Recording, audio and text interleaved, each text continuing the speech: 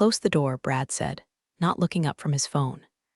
I knew from the second I stepped into that off-brand beige conference room, with its stained carpet tiles and the faint smell of someone's microwaved salmon lunch, that something was off. Maybe it was the empty chair next to him, the one usually reserved for HR during these performance reviews. Maybe it was the way he was grinning like he just won a free round of golf, instead of prepping to evaluate the person who'd single-handedly kept Nerveware's Backend from collapsing into a pile of flaming JavaScript spaghetti. So, he started, flipping open a manila folder like he was unveiling my obituary. Your works. Fine. Fine. This is the same company that couldn't run payroll on time until I patched their janky legacy system at 2 a.m. from my bathroom floor with food poisoning and a heating pad on my spine. Brad leaned back, arms behind his head like he was auditioning to be the new face of mediocrity. But let's be honest. You're more of a code monkey than anything else. I blinked. Excuse me? Head down, keyboard clacking. Great at writing code, not so much at strategic thinking.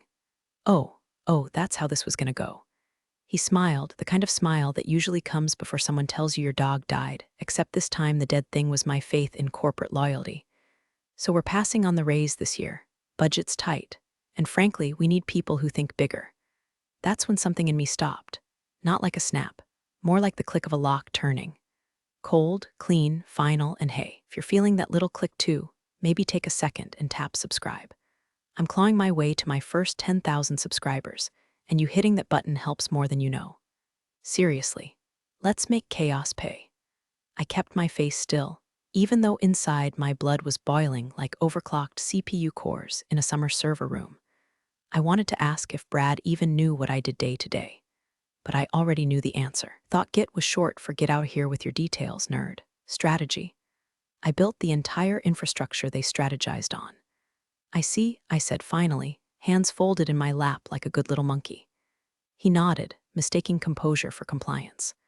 I guess that's the problem with people like Brad. They think silence means submission. What he didn't know was that every inch of the Nerveware backend, every API call, every authentication node, every scheduled job and microservice ran through code I personally licensed to them. A license that, as of the paperwork I made sure legal rubber-stamped 3 years ago, expired automatically upon termination of my contract. A little clause I highlighted, printed, and emailed to myself with a subject line that now felt like divine foreshadowing, in case of corporate dumbessery. Brad slid a single sheet of paper across the table. We'd love to see you stick around. Though you're reliable, you can help train the new hires. Of course, reliable like a toaster or a seatbelt. Just something that works until it doesn't and then you throw it out. I stood, grabbed the paper, and nodded. Thanks, Brad. I'll give it some thought. I walked out of that room with my heart pounding and my eyes dry. There wasn't going to be a scene. No slamming doors or tearful speeches about respect.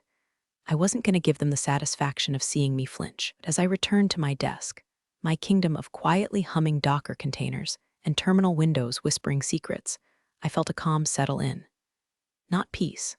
Not yet. But the slow, glacial shift of tectonic plates beneath a fault line. Because what they didn't realize is that I'd been preparing for this day for years. It started in a Starbucks off I-75, the kind where the Wi-Fi drops every time someone microwaves a panini. Nerveware was still just 3 guys with startup breath and a Google Slides pitch deck. They couldn't afford a dev team, so they pitched me equity and the promise of making something disruptive. Disruptive, in this case, meant they couldn't afford to pay me until Series A and needed someone stupid or desperate enough to build their entire back-end infrastructure solo. I was both, so I said yes. And I built it. Nights, weekends, lunch breaks with cold pizza, and a second monitor jammed between a toaster and a cat tree. While other people were out living, I was setting up scalable load balancers and dependency injection systems like a one-woman dev army. No one reviewed my code. No one offered to help, but they sure as hell bragged about it in investor calls. I remember hearing the CEO describe our world-class proprietary infrastructure like he hand-coded it from mountaintop scrolls. I was still debugging race conditions with one eye and babysitting a Jenkins pipeline with the other. They gave me a handshake, some equity promises printed on vapor, and a vague email chain approving me to build everything through my own LLC. For liability reasons, they said. I smiled and nodded. Fine, I'll be the contractor. But the contract? Oh, I wrote that thing like a prenup from hell. Clause 14b. License to use core backend infrastructure, non-transferable. Expires upon voluntary or involuntary termination of agreement, buried in legalese, signed by all three co-founders. And because I knew the universe loves irony, I highlighted it in yellow, screenshot it, printed a copy, and emailed it to myself. Subject line, for when they forget who built this house. The betrayal wasn't loud, it was slow, drip by drip. They stopped inviting me to product meetings, stopped asking what the system could do, and started dictating what it must do. Features stacked like Jenga blocks. Just a quick update turned into full architecture shifts on 2-day deadlines. And when things worked, Brad took the credit. When they didn't, guess whose inbox got lit up at 3 a.m. with urgent bug please fix. Somewhere along the way, I realized I wasn't an employee, I was duct tape. The unglamorous, overused, underappreciated miracle holding everything together until the second they thought they could replace me with something flashier. So I planned. I automated license checks, set up authentication against a private server I owned, 1 heartbeat ping per day to validate backend access. Silent, invisible, and when that heartbeat stopped, the system would lock like a bank vault. I documented everything, in my own words, in my own tools, not out of paranoia, of pattern recognition. I'd seen this movie before. Girl builds kingdom, kingdom forgets girl, kingdom falls. They thought they owned the castle. I just rented it to them, month to month, with a very clear eviction clause. So when Brad dropped that code monkey line like he was reading off a meme he barely understood, I didn't snap because I was hurt. I didn't even flinch because I was mad. I flinched because I knew they were already dead. They just didn't know it yet. I turned in my resignation like I was handing over a library book. Clean, quiet, overdue in all the right ways. 2 weeks' notice, gracious tone, not a single passive-aggressive syllable. My subject line simply read, transition plan, dated exactly 13 days before my license's expiration clause hit. Not 14, not 12, 13, so the last full day of my employment would land the day before the backend's heartbeat check failed. The system would keep breathing until midnight. Then it would flatline. I waited for the explosion. Instead, I got Brad. He skimmed the email on his phone mid-bagel bite, cream cheese stuck in his beard like he'd been licking a fax machine. All right. Well, we'll start posting your role ASAP. Should be easy to get someone offshore. Half the cost, right? I nodded, keeping my face neutral while my brain made a short list titled, Reasons Brad Will Cry in Q4. One of the interns, sweet kid named Marcus, peeked over the cubicle an hour later and whispered, "Is it true? You're leaving?" I nodded again, and he looked like someone had told him Santa got laid off. But who's gonna fix the Jenkins pipeline? Who knows the cron job schedules? Who understands the fallback routing schema? I smiled. Apparently someone offshore. Half the cost. I walked back to my desk like a ghost attending her own funeral. I didn't touch a line of code. Just opened up my monitoring dashboard, ran the final diagnostics, and downloaded everything. Server logs, API request histories, load balance reports, token refresh rates, hell, even a snapshot of the AWS billing spikes during our last product launch. Not because I needed them. Just receipts. I wanted proof of the kingdom I built before they tried to tell people it was made of straw and monkey paws. I saved it all on an encrypted drive labeled Peach Cobbler Recipes, because Brad once asked if YAML was some kind of vegan spread, and I didn't trust him not to go snooping in a petty panic. The office buzzed with Monday apathy. No fanfare. No balloon drop. Not even a stolen sticky note off my monitor. That's what hurt the most, weirdly, not the insult, not the raised denial, not even the offshore jab, but how little it mattered that I was leaving. After years of keeping the entire operation running on spit, caffeine, and code witchery, I could have walked out that door with my laptop flaming like a Viking funeral, and no one would have blinked. Good, because when the lights went out, I wanted them to be confused. I wanted the confusion to ferment into dread. I wanted them to look around and ask themselves, wait, who used to handle this? And then remember the woman they called a code monkey, one they thought was just another cog in their dusty machine. The one who left with a smile, a clean resignation letter, and a heartbeat server ticking like a doomsday clock, taped behind a wall no one thought to check. They had 13 days. I had all the time in the world. They brought in a team from somewhere that looked good on a PowerPoint. 5 devs in matching company-issued polos, smiling like they were about to fix the plumbing instead of entering a digital minefield laced with traps only I understood. Management beamed like proud parents. Brad even clapped a hand on one of their shoulders and said, "This is the dream team, folks. Time to modernize our stack." They didn't even know which language half the stack was. First day, they tried to log into the Backend dashboard. Got a credential mismatch error. Tried again. Locked out. They flagged IT. IT flagged Ops. Ops flagged Legal. Legal flagged me, except I wasn't there anymore. I was on my back porch, drinking iced coffee and watching squirrels fight over a Dorito. The big one won, just like I planned. By day 3, they attempted a full migration. No rollback protocol, no dry run, just balls-out chaos. They spun up a new environment, tried to mirror the backend code from the repo, only to realize the repo hadn't been touched in months, because the live code was continuously deployed from a private server, my private server. The validation ping fired off at midnight. It went out like usual, but this time it came back with a 403, license expired, and with that, the heartbeat stopped. Services began failing like dominoes with vertigo. First, the client dashboards went down. Then, the analytics suite and the authentication API. Suddenly, users couldn't log in, admins couldn't access records, and error logs were generating so fast they looked like slot machines having strokes. They tried restarting containers. No dice. They checked system status. All green except the part that mattered, the license verification endpoint, which was now returning exactly one word in the response body. Bye. Marcus, the intern, now awkwardly titled temporary sysadmin, raised his hand during the morning stand-up. Hey, I think the system was tied to an external license server, and it's rejecting all attempts to connect since Olivia left. Brad waved him off. It's probably just a DNS caching issue. Clear it and move on. Pretty sure it's not that.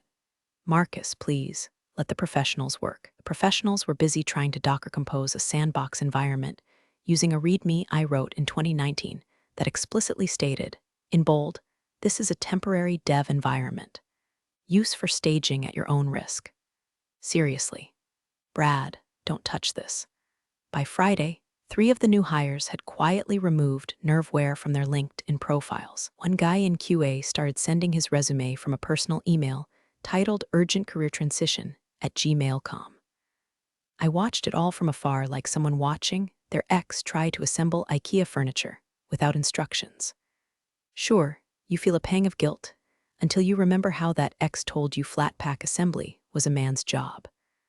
I didn't laugh, not out loud. I did take a screenshot of the public status page when it started showing intermittent service across all systems with a timestamp that matched the exact moment my license died. I printed it and slid it into a folder labeled closure. They thought backend devs were interchangeable, that you could yank the brainstem from a living system and jam in a clone with a smile and a JavaScript certificate. Turns out, the system had a soul, and I owned it. The clock struck midnight like a courtroom gavel.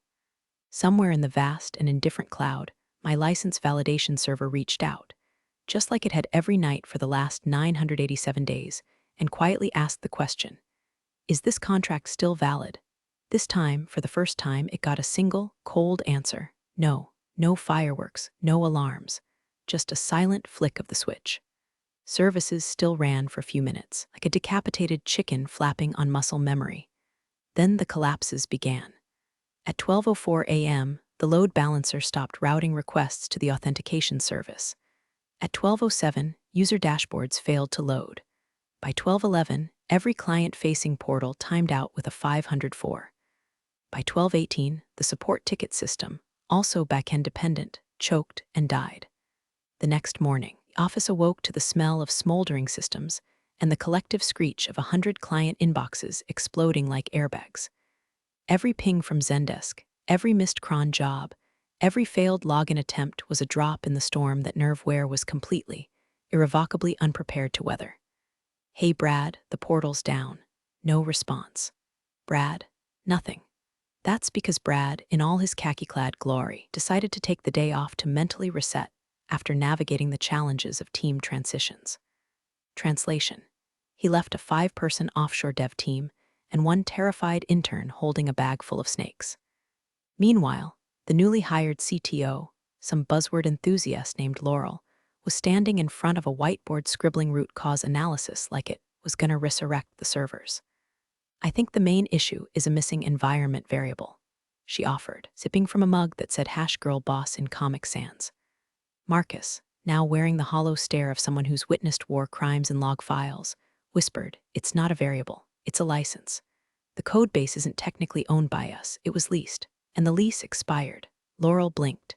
"Who leases backend architecture? Apparently we do." At 9:30 a.m., the first investor email arrived with the subject line, "Urgent Platform Outage."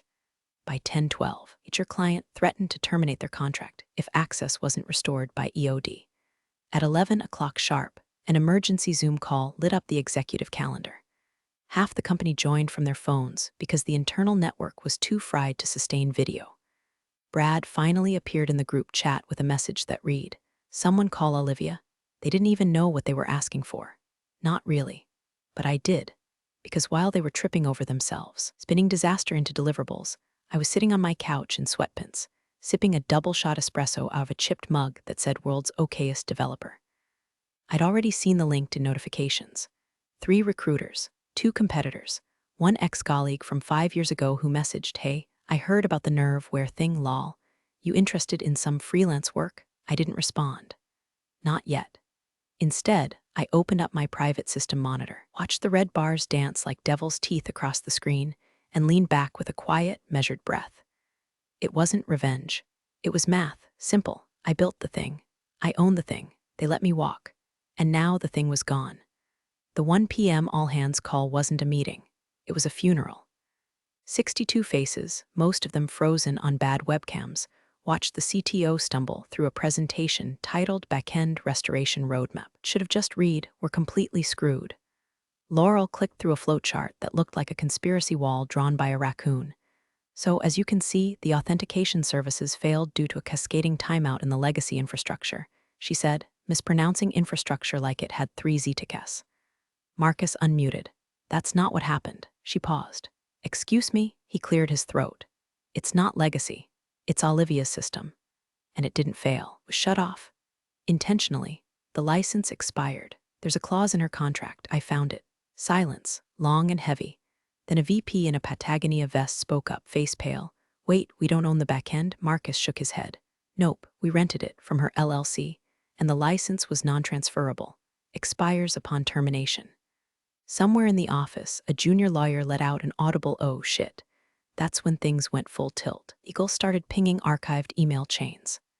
HR tried to deny knowledge of the agreement until someone forwarded the original signed PDF, with the clause highlighted, annotated, and approved by a now-retired compliance officer who wrote "looks fine" next to it in Comic Sans. Someone from finance muttered that they might have to restate earnings if the platform's continuity couldn't be guaranteed. A bald man with a Bluetooth earpiece whispered, "This is breach territory." It was a spell that might ward off litigation. Meanwhile, I was sitting cross-legged on my balcony, watching birds fight over half a donut someone had dropped on the sidewalk. My phone buzzed every 4 minutes. LinkedIn messages piled up like unpaid invoices. One from a recruiter named Jess. "Saw the nerveware outage. Your name's been coming up. You open to something more stable? CTO slot. Base 220K. Options and bonus." Another from my old friend Tina. "Are you seeing this? Brad just posted some vague taking responsibility and reflecting post on LinkedIn." He turned off comments. "Elmao," I grinned, took a sip of cold brew that had gone watery but still tasted like victory. Back in the Zoom call, Brad had finally slithered on screen. His hair was disheveled, his voice cracked like drywall under pressure. "So, yes. We're reviewing the situation. Legal's involved. Hoping to reconnect with Olivia soon to work something out." Someone asked, "Why didn't we back it up?" Brad shrugged. "We thought we had ownership." She never said anything. I actually laughed, out loud, because I did say something. Many times they just didn't listen. I had the emails, the annotated contracts, the flagged documents, all of it. They thought silence meant ignorance. What they didn't realize was that I wasn't quiet because I didn't know what I was worth. I was quiet because I knew exactly how much they'd pay when they finally figured it out. And baby, the meter was running. The first call came at 7:42 p.m. Unknown number, Cleveland area code. I let it ring. Then again, 20 minutes later. This time, voicemail. "Hey Olivia, it's Brad. Listen, we've hit a few snags. Nothing major, just some hiccups with the backend stuff. We were wondering if you might be available for, I don't know, just a few hours of help. Quick migration support. Call me? I didn't call. The email followed at 9:13 p.m. Subject, quick assistance. Hi, Olivia, we're in a bit of a time-sensitive situation and would appreciate your expertise just to get the team oriented. Happy to compensate for your time, of course. Nothing extensive, just a few pointers. I read it while brushing my teeth. Then the text started. Brad, we really need your help. Clients are furious. This doesn't reflect well on you either, BTW. Brad, not trying to guilt trip, just being real. Brad, we'll make it worth your while. That one made me snort so hard I had to spit toothpaste into the sink. At 10:27 p.m., I replied, Hi, Brad. I'm currently available on a limited consulting basis. My rate is $475/hour with an 80-hour minimum. Full upfront payment required to reserve time. I do not work under NDA, non-compete, or any derivative gag clause. Scope of work must be provided in writing before the first session. Please let me know if you'd like an invoice. He didn't respond for 8 hours. At 6:02 a.m. the next morning, I woke up to this. Fine, we accept. Please send invoice and terms. Oh, now they were ready to talk. So I did. I sent over a beautifully formatted invoice with a subject line that read, Monkey Business Professional Services Agreement. I made sure to include an itemized breakdown. Line 1, Emergency Technical Consulting, Backend Restoration Support. Line 2, Strategic Oversight of System Stabilization, because strategy's important, right? Under terms, I included the following conditions. Payment due within 24 hours of invoice receipt. Client waives all prior ownership claims to codebase or documentation. All consulting to be performed remotely on Olivia's schedule. No NDA, no non-competes, no silence. Client agrees to publish a formal correction on LinkedIn clarifying previous code monkey language as inaccurate. That last one, petty? Maybe. But when you've been the one keeping the servers alive with spit, coffee, and a dozen duct-taped Lambda functions, you earn a little petty. Didn't even push back. Within hours, payment hit my account in full. 80 hours at my rate, prepaid, for a job I could finish in 3, because this was never about time. It was about proof. Proof that they knew now what they hadn't known when Brad was chewing his everything bagel and telling me I was replaceable. They thought they were buying my time. What they really bought was a seat at the feet of the code monkey they never understood was the queen of the jungle. Walked through the glass doors of Nerve where at 10 o'clock a.m. sharp wearing jeans, boots, and a hoodie that said I void warranties. No badge this time. No awkward smile at reception. Just a temporary visitor pass clipped to my pocket like a kill streak medal. The silence when I entered the dev bullpen was delicious. The offshore team stared like I was a ghost from a legend, the one who came before. Marcus looked up from his terminal and whispered, "Oh, thank God." Laurel, hash girl boss CTO, came power walking out of the conference room with 2 interns flanking her like emotional support animals. "Olivia, thanks for coming. We've isolated the issue but can't re-establish service continuity. We're hoping you can just stabilize things." She tried to say it with confidence, but the tremble in her voice gave her away. She'd Googled 3 acronyms last night. I bet 2 of them were mine. "Sure," I said calmly, dropping my laptop bag on the table like a sheriff, returning to town for one last showdown. "Point me to the terminal. 3 hours." That's all it took. I authenticated into the validation server, disabled the license check, spun up the original containers, restored database sync points from my private mirror, and recompiled the service endpoints with their original keys. Keys only I still had access to. The system breathed like it had been underwater and was finally surfacing. One by one, the services flickered green. Dashboards loaded. Clients logged in. Metrics returned to normal. At 1:07 p.m., I uploaded one single file to the internal knowledge base. A PDF titled Unnecessary Documentation PDF, with 84 pages of perfectly organized, clean, idiot-proof infrastructure notes. First page had a post-it graphic with my old Slack message printed across it. "Do you want this documented, or are we still pretending this runs on magic?" And then I left. I walked through the office with no fanfare, no thank you. Just a nod to Marcus, a wink to the stunned QA guy, and silence from the peanut gallery of middle managers pretending to circle back on air. And then I saw him. Brad. He was by the elevator, holding a cup of burned breakroom coffee, wearing a wrinkled shirt that used to scream authority and now barely whispered employed. His ID badge was missing a stripe. A demotion.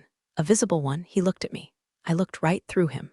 "Olivia," he said, voice low. I tilted my head. "Brad." A beat of silence passed like a virus on mute. "I didn't know, you didn't read," I corrected. That was the problem. He opened his mouth again, maybe to apologize or maybe to spew more beige corporate noise. I was already walking. What I didn't tell him, what no one at Nerveware knew yet, was that 37 minutes before I arrived that morning, I signed a full-time contract with Arc Titan, their biggest competitor. Double the pay, equity, full technical autonomy. They handed me the keys to a clean server room and said, "Build us the future." I was already 2 weeks into sketching their backend, bigger, better, bulletproof, with full ownership. No rentals this time. So no, I didn't burn the bridge. I bought the land around it, rerouted the river, and let the bridge rot. As the elevator closed behind me, I pulled up my phone and checked the onboarding Slack from Arc Titan. A developer had pinged, "Hey Olivia, just curious, what's our license structure gonna look like?" I typed back, "Mine. Send." Thanks for joining the fun, you office survivors. Subscribe for more switch-flicking drama. Let's make your former coworkers sweat.